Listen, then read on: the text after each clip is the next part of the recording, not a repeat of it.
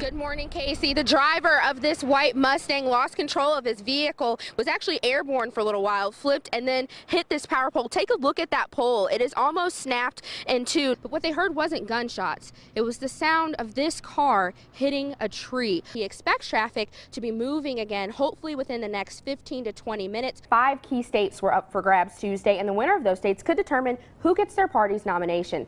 Did you know that Virginia is for lovers? Snow lovers especially this morning. We are on the lawn of Allendale Mansion and we're inside Rosie the hot air balloon. This rescue effort included more than 120 searchers working around the clock for the past 2 days, moving across more than 7,000 acres of national forest land. Good morning, Casey and Anna. Hundreds of people were lined up this morning for a chance to get into this rally and see Senator Marco Rubio speak here in Knoxville. This is a part of Rubio's multi-city tour that's going to happen today, a tour that is purposeful because it's right ahead of Super Tuesday, a day when early voters will head to the polls and make their voices heard for who they want to run the country next. Now, a recent Bloomberg Politics poll found that in the Southeast region, Marco Rubio is in 3rd place right now. Ted Cruz is in 2nd, and Donald Trump is still the Republican front runner. So it'll be very interesting to see what he has to say today about where he is in the polls right now. Now, in recent rallies, Rubio has been very vocal against his opponent, Donald Trump.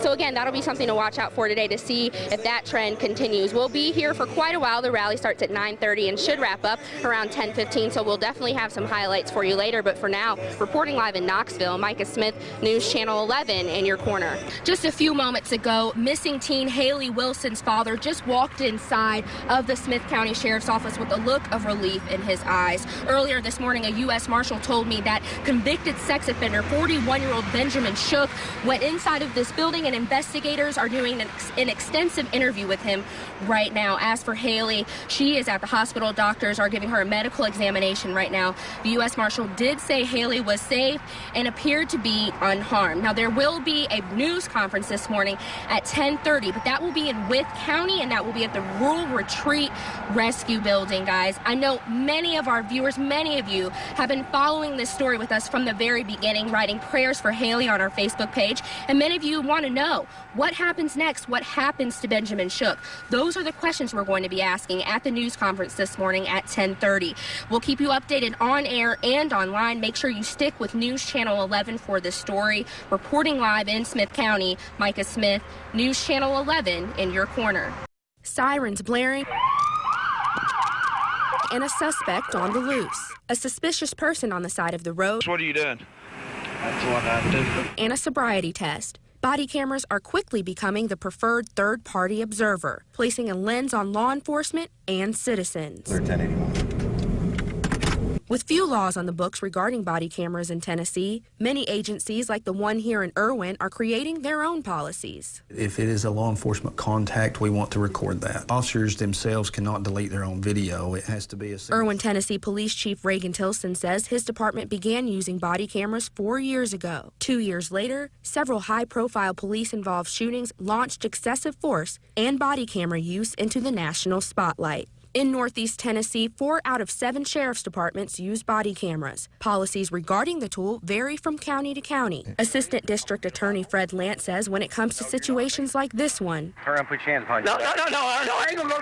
a few seconds of video can make all the difference. It's almost expected now by the defense lawyers, by the judges, and even by the juries that, they'll ask, where's the video? Body cameras can be helpful, but if they're not used correctly, they can cause complications. Chief Tilson tells me that one of the biggest problems his department has is officers pushing the record button. Sometimes you forget to turn it on. The battery's dead, the card's full. Anybody can forget something every now and then, but if it's consistent, we have a problem. Storage is also a problem, but the issue some deem most controversial is public access to video. If someone is in a video, obviously we think that they should have a right to see it. Tennessee Coalition for Open Government Executive Director Deborah Fisher says her office also wants storage of the video to be a shared responsibility. Wait, stop! Each department is different, and their leaders will have to absolutely make that decision for themselves. But Chief Tilson says when conflict arises in Irwin, body cameras have served as an equalizer between officers and the community they serve.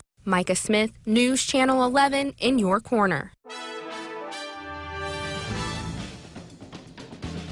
When Tommy and Mary Moore came back from their Christmas vacation, they came home to a stinky surprise. Smell.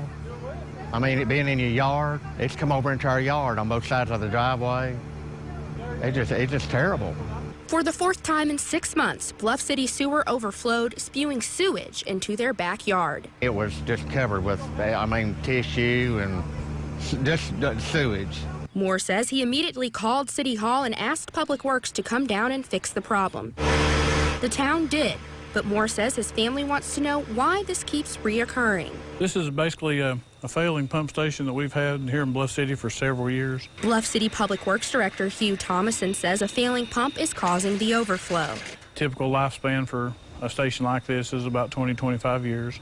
And this was built back, best of my knowledge, from what I understand, back in the 80s. Thomason says now, every time it rains for a long period of time, the lowest point along the sewer line, which is the Moore's backyard, is flooded with sewage. It pushed this clean-out cap off here and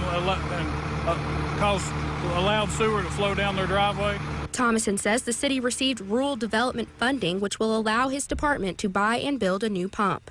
But I asked Thomason, what until then? There's always a possibility if you get a heavy, significant amount of rain, but we've got electricians and men working on doing everything we can to keep the station operating until the construction starts. For now, Thomason says workers cleaned up the mess and the yard is safe, but Moore and his family are skeptical.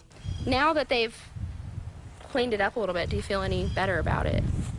Well, you don't know how far it's gone into the ground.